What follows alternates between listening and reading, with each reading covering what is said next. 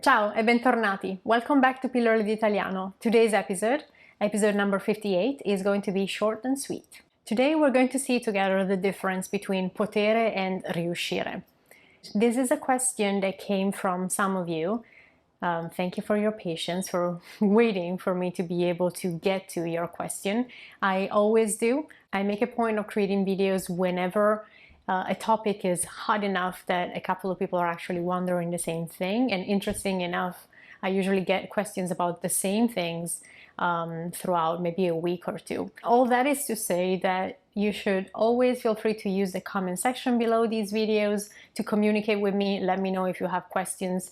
Don't fear being ridiculous or being the only person who's wondering about that specific thing, because I can assure you, you're not. And if anything, you're just helping me out formulating and structuring a curriculum for this channel. So thank you for participating and inspiring new episodes. Before we jump in today, just a disclaimer, you might have noticed that I'm wearing the same thing that I was wearing in a previous video. It's because I recorded those two back to back. Since I will be on vacation. Well, technically when this video comes out, I am coming back from vacation, but anyway, there was a week where I was away, and that's why I recorded two videos in the same day. This is just relevant because in the previous video I mentioned how there were still a few spots available in my ICC, the Italian crash course, that will be starting the second week of August. I don't know when you will be visualizing this video, but this might still be relevant to you. I don't know at the time of this recording, since it was the time of the same recording from last week, I don't know if there are still spots available or not. I just feel like using this space to remind you to check if that's the case. If you're interested, it might be the case that some spots are still available. I will put a link in the description of this episode so that you can go straight to my website and check and see if there are still spots available, or otherwise send me an email and let me know. I can put you on a wait list for the next one. And yes, you will find a way to get in touch with me in the description of this episode as well. I will put my email there as well. Alright, now let's talk about these two verbs, potere and riuscire. A few videos ago, I created one that stressed the difference between potere and sapere. That could be also super useful for you to review or go back and watch it if you never did, and if you're curious, because today's episode builds a little bit upon that as well. So that previous episode, if I'm not mistaken, was episode 43. Anyway, you will find the link up here right now to go and catch up on it.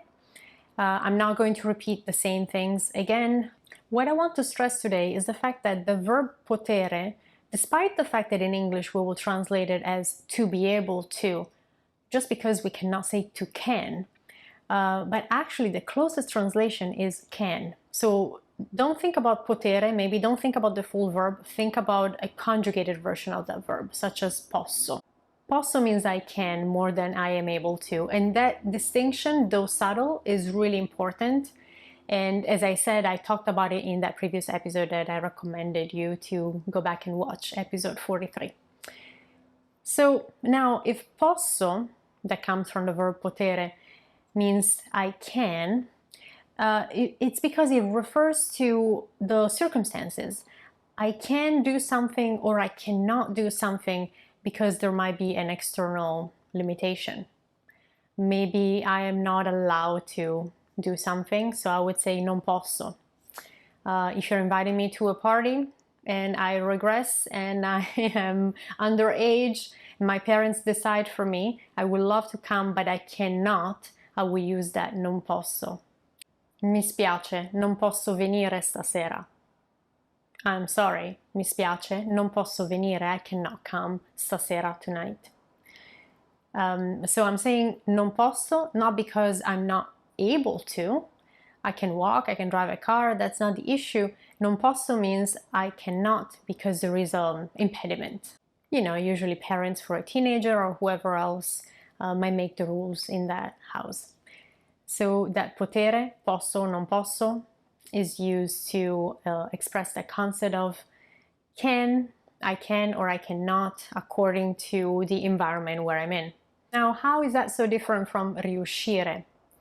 Riuscire, by the way, just for the sake of conjugation, you see how it's a compound word. It comes from uscire. So it behaves in the same way. When uscire means to go out, when you want to say I go out, you would say esco. Therefore, riuscire, which means to succeed, when you want to conjugate it, becomes riesco. You see how there is the same pattern? There is no need to buy one of those 501 Italian, verbs and all the conjugations, because if you know how to conjugate uscire, you know how to conjugate riuscire. So when it comes to that verb riuscire, to succeed at something, it means that there is an external impediment that if I'm able to overcome will make me successful, and then I will use riuscire in the positive form. If I'm not able to overcome that obstacle, I would use the negative non riuscire. I will negate that. And so if I want to say that I succeed at doing something, I would use riesco. Riesco a farlo. I succeed at doing it. But if for some reason I do not succeed in doing it despite me trying, then I would say non riesco. Non riesco a farlo. I don't manage to do it. I don't succeed at doing it.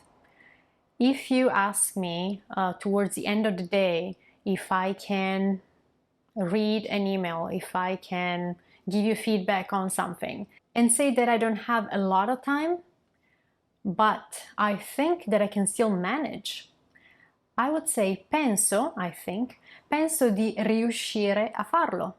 I think to manage, I think to be successful at doing it.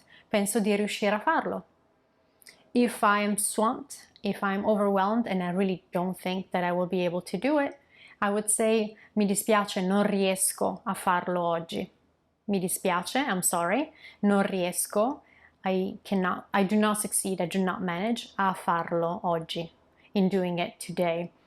That doesn't mean that I don't want to, that doesn't mean that I'm not capable of. It means that the external obstacle, in my case lack of time, does not allow me to be able to do it, to succeed in doing it. Does that make sense? Let me try and give you a posso and riesco, or non posso and non riesco within the same sentence so that you can get a grasp of that subtle difference. Okay, you're still asking me for that favor. And I would say, sì, posso farlo domani. Oggi non ci riesco. Sì, posso farlo domani. Oggi non ci riesco. So I'm saying yes, sì, posso farlo. I can do it. Domani, tomorrow. Oggi, today, non ci riesco. I can't manage. I don't succeed at doing it. Basically, in English, I would say, today I cannot.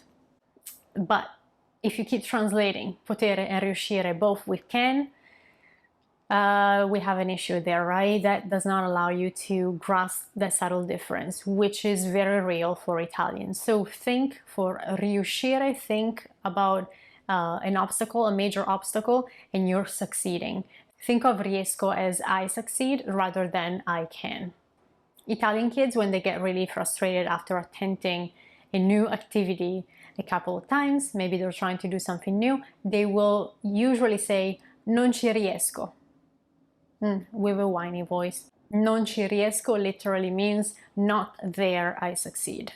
So despite me trying, despite me wanting to do it, I don't manage, I don't succeed. Non ci riesco. While you will hear them say non posso when they want to do something they cannot because maybe their parents are not allowing it. One last example, if you're asking someone for help and that person is super busy, they cannot grant you their attention in that moment, they could say adesso non posso aiutarti. Adesso non posso aiutarti. Right now I cannot help you. Se non ci riesci, devi aspettare fino a stasera. Se non ci riesci, if you do not succeed, devi aspettare fino a stasera. You have to wait until tonight, this evening. Okay, there you have it. So just to recap, Posso or non posso is I can, I cannot. Those are from the verb potere, and you use those if you can or cannot do something based on someone's approval, permission, etc. Riesco and non riesco, I succeed and I don't succeed. Those come from the verb riuscire, and you will use them when you manage to do something despite the difficulty, despite the obstacle, or when, despite the effort that you're putting in, you don't manage, you don't succeed at a certain activity. I hope that this distinction is clear. Let me know if it is. If it isn't, leave a comment in the comment section below. Use that space to practice. Maybe create a sentence with riuscire, a sentence with potere, or a combined one, similar to the last sentences that I used as examples. I truly hope you enjoyed this video. If so, don't forget to like it, subscribe, and come back next week for another episode. Ciao, a presto!